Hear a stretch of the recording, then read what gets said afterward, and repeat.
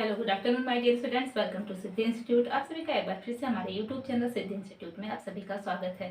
जैसा कि आप देख रहे हैं, जो आज की हमारी प्रैक्टिस सेट है वो 6वीं प्रैक्टिस सेट है।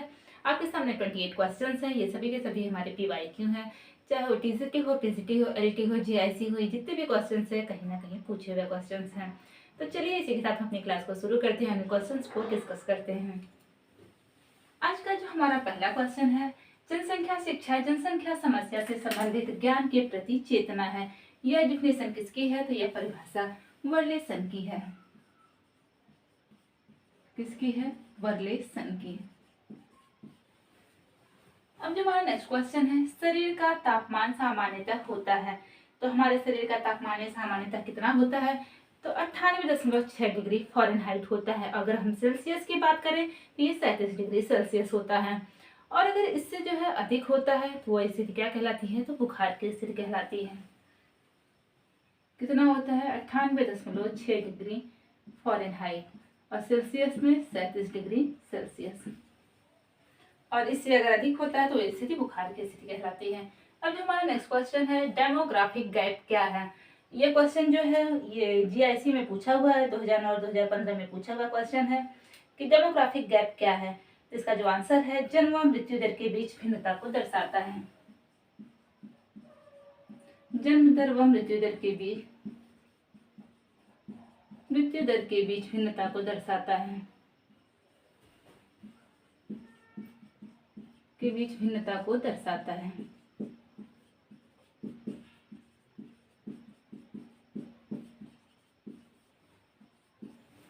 अब जो हमारा नेक्स्ट क्वेश्चन है, खोज विधि ह्यूरिस्टिक विधि के जन्मदाता हैं। ह्यूरिस्टिक विधि को ही हम खोज विधि भी कहते हैं। तो इसके जन्मदाता कौन है? तो आर्मस्ट्रॉन्ग है। हमारा आंसर क्या आएगा? आर्मस्ट्रॉन्ग। अब जो नेक्स्ट क्वेश्चन है, खाने की मेज पर पानी का जग किस स्थान पर रखना चाहिए? तो खाने की मेज यानी कि डाइनिंग टेबल पर पानी का जग जो है वो मध्य में रखना चाहिए, ताकि परिवार के किसी सदस्य को भी पानी की आवश्यकता हो तो वो ले सके। कहाँ रखना चाहिए? खाने के डाइनिंग टेबल पर पानी का जग तो मध्य में रखना चाहिए। और हमारा नेक्स्ट क्वेश्चन है, लोकतांत्रिक विकेंद्रीकरण की अवधारणा किसके द्वारा दी गई है? तो जो लोकतांत्रिक विकेंद्रीकरण की अवधारणा है, ये जो है ये क्वेश्चन LT 2018 में पूछा हुआ क्वेश्चन है। तो इसका आंसर जो क्या आएगा? बलवंत राय मेहता द्वारा। इसका आंसर क्या है? बलवंत राय मेहता द्वारा।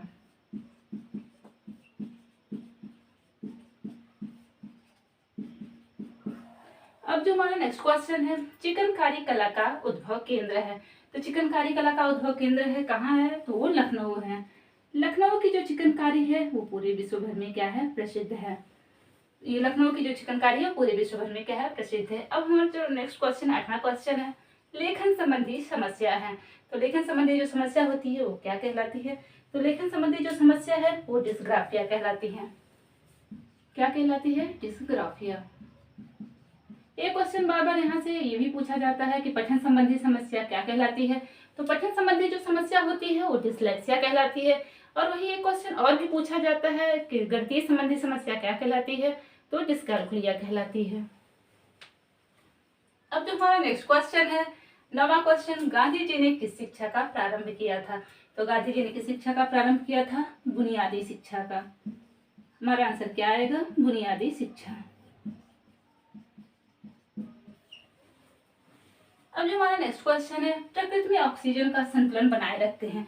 तो प्रकृति में ऑक्सीजन का संतुलन कौन बनाए रखता है? तो हमारे पेड़ पौधे जो है वो प्रकृति में ऑक्सीजन का संतुलन बनाए रखते हैं, क्योंकि पेड़ पौधे से हमें ऑक्सीजन प्राप्त होता है और वो पेड़ पौधे जो है कार्बन डाइऑक्साइड को क्या करते हैं? अपने अंदर ग्रहण करते हैं। पेड़ पौधे ऑक्सीजन गैस को हम जीवनदायिनी या प्राणवायु गैस भी कहते हैं। अब जो हमारा नेक्स्ट क्वेश्चन है, ऐसे तंतु जिनमें पानी की प्रतिसादृश्यता ना हो उन्हें कहते हैं। तो ऐसे रेशे को हम क्या कहते हैं? तो ऐसे रेशे को हम हाइड्रोफोबिक रेशे कहते हैं। क्या कहते हैं? हाइड्रोफोबिक फाइबर कहते हैं।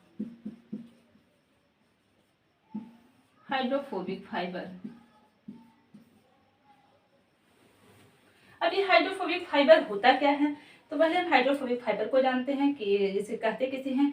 तो ऐसे रेशे जो जल के साथ घुलते नहीं है और वो अपने अंदर जल को अवशोषित नहीं करते हैं, तो वो रेशे क्या कहलाते हैं? तो हाइड्रोफोबिक फाइबर कहलाते हैं। और वो रेशे होते कौन कौन से हैं? तो जैसे हमारा पॉलिएस्टर हुआ, नायलॉन हुआ, पॉलीमाइड हुआ, ये सब किसके अंतर्गत आते हैं? तो ये सभी के सभी हमारा हाइड्रोफोबिक फाइबर के अंतर्गत आता है। एक यहाँ से एक हाइड्रोफिलिक फाइबर होता है। तो हाइड्रोफिलिक फाइबर किसे कहते हैं? तो हाइड्रोफिलिक फाइबर वे फाइबर होते हैं जो पानी को क्या करते हैं? अपने अंदर अवशोषित करते हैं, यानी कि एब्जॉर्ब करते हैं पानी को। और ऐसे रेशे कौन कौन से हैं? तो हमारा कॉटन हुआ, रेयॉन हुआ, तथा जो है ये हमारा रेशम हुआ, ये किसके अंतर्गत आता है? ये हाइड्रोफिलिक के अंतर्गत आता है। कॉटन, रेयॉन और तथा रेशम, ये हाइड्रोफिलिक फाइबर के एग्जाम्पल हैं। अब जो हमारा नेक्स्ट क्वेश्चन है, वह अंग जो रक्त से अवशिष्ट पदार्थों को शरीर से बाहर निकालते हैं, उन्हें हम क्या कहते हैं?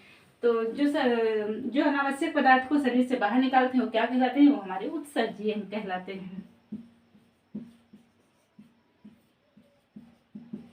क्या कहलाते हैं? उत्सर्जी अंग कहलाते हैं। हमारे उत्सर्जी अंग कौन कौन से हैं? तो जो है वृक्क हुआ, हमारी स्किन हुई, फेफड़ा हुआ, एक इसके अंतर्गत आता है, तो ये उत्सर्जी अंग के अंतर्गत आते हैं।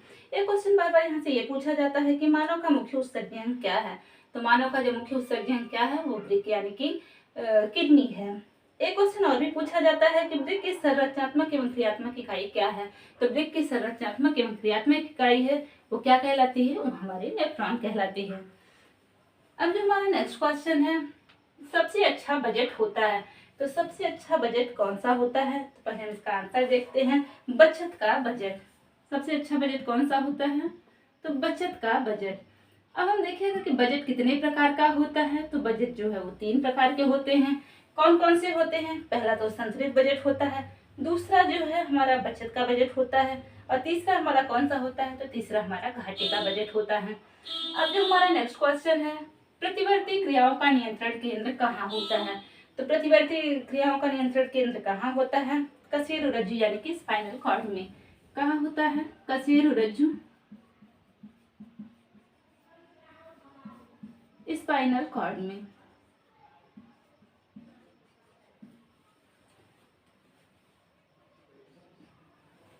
अब जो हमारा नेक्स्ट क्वेश्चन है, शरीर की सर्वाधिक क्रियाएं नियंत्रित होती है।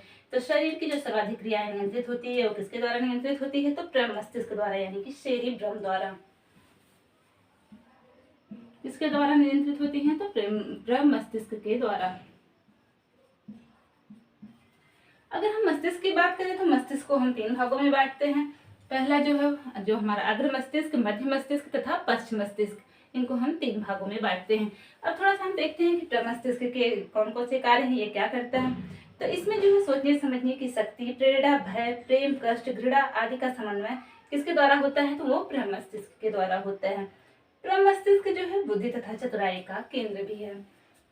तो हमारा आंसर जो है प्रमस्तिष्क, शरीर की सर्वाधिक क्रियाएं नियंत्रित होती हैं, तो किसके द्वारा? प्रमस्तिष्क द्वारा।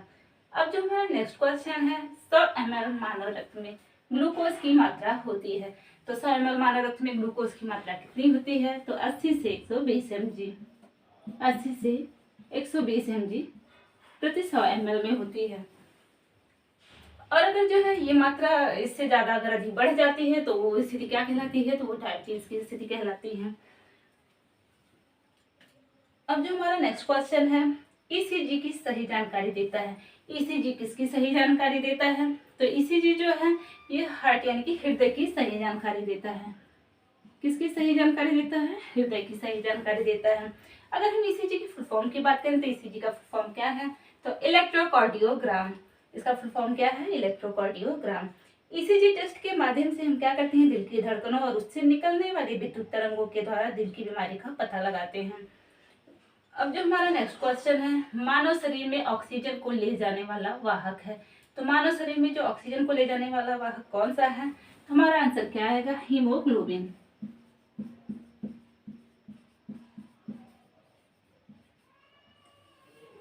हीमोग्लोबिन जो है, हीमोग्लोबिन एक प्रोटीन है। हीमोग्लोबिन क्या है? एक प्रकार का ये प्रोटीन है। हीमोग्लोबिन जो है शरीर में ऑक्सीजन को प्रत्येक हिस्से तक पहुंचाता है तथा शरीर के प्रत्येक हिस्से से कार्बन डाइऑक्साइड को हृदय तक लाने का भी ये कार्य करता है। अब जो हमारा नेक्स्ट क्वेश्चन है, यूनिसेफ की स्थापना कब हुई थी? तो यूनिसेफ की स्थापना कब हुई थी? 11 दिसंबर 1946 को। 11 दिसंबर 1946 को। अगर हम इसके मुख्यालय की बात करें तो यूनिसेफ का मुख्यालय कहाँ स्थित है, तो इसका मुख्यालय जो है वो न्यूयॉर्क में स्थित है। एक क्वेश्चन यहाँ से बार बार ये भी पूछा जाता है कि यूनिसेफ की स्थापना किसके द्वारा हुई है, तो यूनिसेफ की स्थापना किसके द्वारा हुई है, तो यूएनओ के द्वारा हुई है। अब जो हमारा नेक्स्ट क्वेश्चन है, प्रसार शिक्षा का सिद्धांत है। तो प्रसार शिक्षा का सिद्धांत क्या है, तो लर्निंग बाय डूइंग, यानी कि करके सीखने पर आधारित है, करके सीखना। ये क्वेश्चन यहाँ से बनता है, प्रसार शिक्षा कैसी शिक्षा है, तो प्रसार शिक्षा एक अनौपचारिक शिक्षा है। अब जो हमारा नेक्स्ट क्वेश्चन है, रग प्रकार है, तो रग किसका प्रकार है, तो रग जो है फर्श बिछावन का एक प्रकार है। किसका प्रकार है, तो ये फर्श बिछावन का प्रकार है। अगर हम बिछावन की बात करें तो जमीन पर बिछाने के लिए जो भी प्रयोग किया जाता है उसे हम क्या कहते हैं, तो उसे हम बिछावन कहते हैं। रग भी फर्श बिछावन के अंतर्गत ही आता है। अब जो हमारा नेक्स्ट क्वेश्चन है, संयुक्त परिवार में दाम्पत्य प्रेम के विकास का अवसर कम प्राप्त होता है, तो यह स्टेटमेंट किसका है, तो यह स्टेटमेंट किसका है, डॉक्टर राजेंद्र प्रसाद का। यह स्टेटमेंट किसका है, डॉक्टर राजेंद्र प्रसाद का।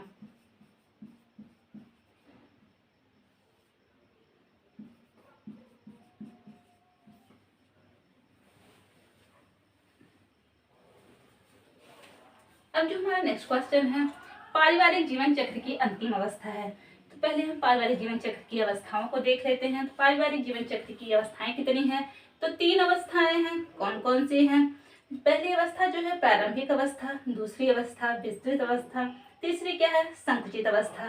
तो इसमें पूछा क्या गया है, पारिवारिक जीवन चक्र की अंतिम अवस्था कौन सी है, तो संकुचित अवस्था है। अंतिम अवस्था कौन सी है, संकुचित अवस्था।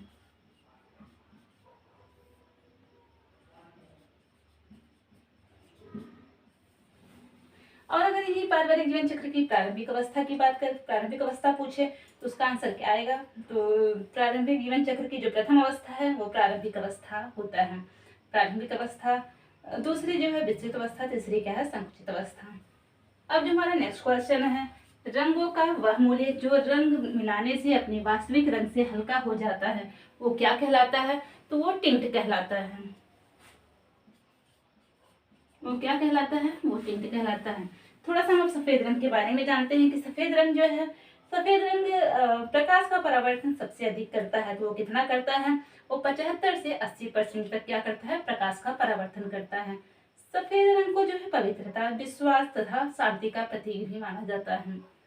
अब जो हमारा नेक्स्ट क्वेश्चन है, ट्राइसेम शुरू हुआ, तो ट्राइसेम कब शुरू हुआ था, तो 1979 में।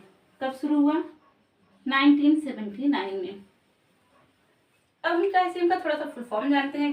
ट्राइसेम का फुल फॉर्म क्या है, तो जो ट्राइसेम का फुल फॉर्म है, training of rural youth for self employment, अर्थात ग्रामीण युवकों को स्वरोजगार के लिए प्रशिक्षित करना।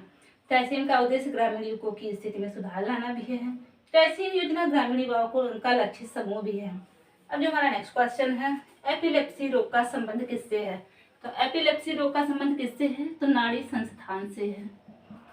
किससे है, नाड़ी संस्थान से है। अब जो हमारा नेक्स्ट क्वेश्चन है, ग्लूकोमा रोग संबंधित है। तो ग्लूकोमा रोग किससे संबंधित है, तो ग्लूकोमा रोग जो है वो आंखों से संबंधित रोग है। किससे संबंधित रोग है, वो आंखों से संबंधित रोग है। अब जो हमारा 28 क्वेश्चन यानी कि लास्ट क्वेश्चन है, इसमें पूछा गया है कि टमाटर का रंग लाल होता है तो किसके कारण होता है, तो टमाटर का जो रंग लाल होता है वो लाइकोपीन के कारण होता है। किसके कारण लाल होता है, तो लाइकोपीन के कारण।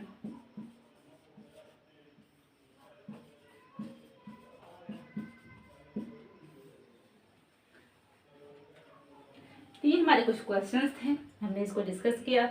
तो आज के लिए बस इतना ही, मिलते हैं अपने नेक्स्ट वीडियो में कुछ नए क्वेश्चंस के साथ। आज के लिए इतना ही, थैंक यू।